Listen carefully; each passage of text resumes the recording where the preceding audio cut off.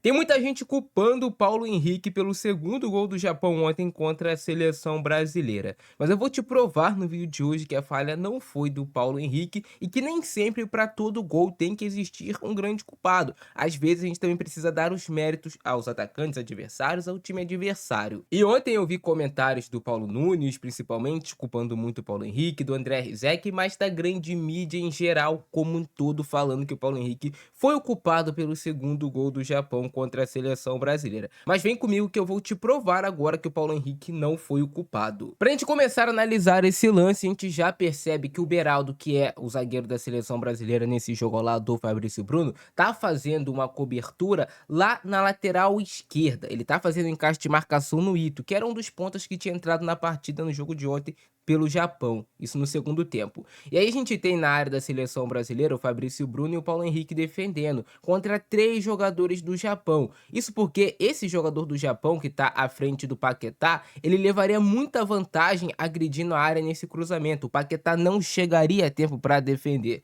E o Paulo Henrique tá com um jogador nas costas dele, o camisa 13, e também tá com esse outro jogador que tá muito próximo do Paulo Henrique e do Fabrício Bruno. E agora eu vou te mostrar no frame seguinte que se o Paulo Henrique abrisse para marcar o camisa 13, que é o que a maioria das pessoas está falando, abriria um buraco, uma lacuna, uma janela gigantesca entre ele e entre o Fabrício Bruno, no qual tinham 2 jogadores do Japão podendo agredir esse espaço. E um princípio básico do futebol é você defender a sua baliza, você defender o seu gol.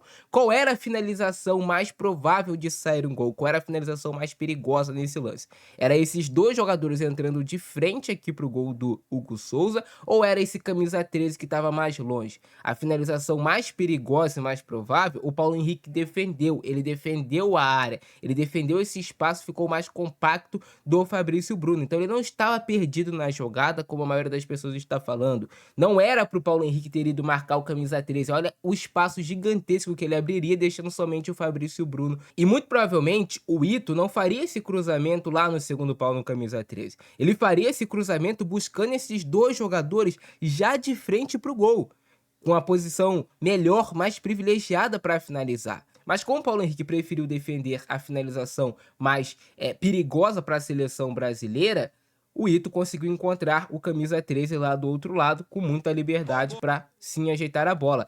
E aí vocês veem como o Beraldo não faz uma ação de bloqueio tão forte, né? O Beraldo poderia ter sido mais incisivo nesse lance, poderia ter se esforçado mais para bloquear. Ele faz uma ação de bloqueio muito mais ou menos, e aí o cruzamento sai com muita facilidade. Se você impede esse cruzamento de chegar à área, nem teria saído o gol do Japão.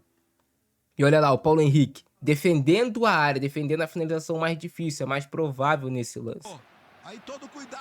E aí, acaba saindo a finalização e o Paulo Henrique faz algo muito interessante, que ele consegue girar sem perder a referência da bola.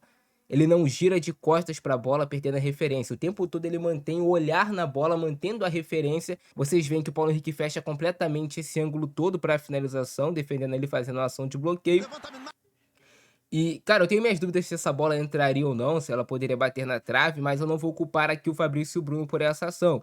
Era um lance difícil, ele tentou fazer o corte, essa bola estava muito próxima, cara, é uma jogada muito rápida, é uma fração de milésimo de segundo, ele tentou fazer o corte, a bola poderia ter subido, ele poderia ter acertado o corte, talvez se há um zagueiro mais qualificado conseguiria fazer o corte, ele não conseguiu e acabou colocando essa bola para dentro das redes para marcar o segundo gol aí do Japão.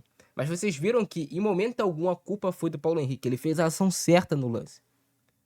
Mas mesmo assim, a mídia tradicional, a grande mídia, eu até gosto do Paulo Nunes, gosto do André Rizek, mas tem muitos comentaristas que estão culpando o Paulo Henrique, falando que ele defendeu mal, principalmente nesse lance, o que é uma completa mentira que está caindo por terra nesse vídeo aqui agora. Se vocês querem ver futebol mais aprofundado, além dessa conversa de bar que acontece na maioria dos programas de TV, cara, se inscreve aqui no nosso canal que eu vou estar trazendo sempre conteúdo de qualidade.